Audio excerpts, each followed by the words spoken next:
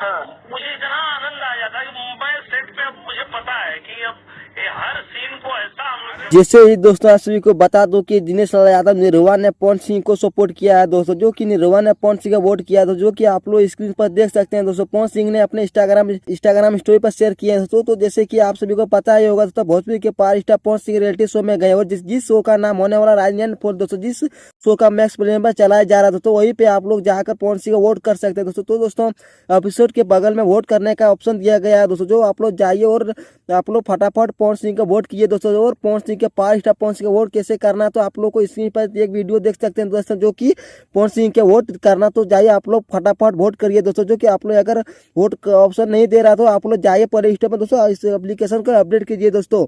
और जो कि आप लोग को ऑप्शन दिख जाएगा दोस्तों, तो जाइए दोस्तों फटाफट पवन सिंह का वोट करिए दोस्तों। और दिनेश लाल यादव ने बाकी सभी लोग ने पवन सिंह का सपोर्ट कर रहे हैं, वोट कर रहे हैं दोस्तों। तो आप लोग भी जाइए तो पवन सिंह का सपोर्ट करिए पूरा गर्दा तरीके से दोस्तों। और भाई लोग पवन सिंह का वोट वीडियो पसंद तो लाइक करें, सब्सक्राइब और शेयर करें दोस्तों। आपके लिए मिलते हैं नेक्स्ट वीडियो में दोस्तों, धन्यवाद।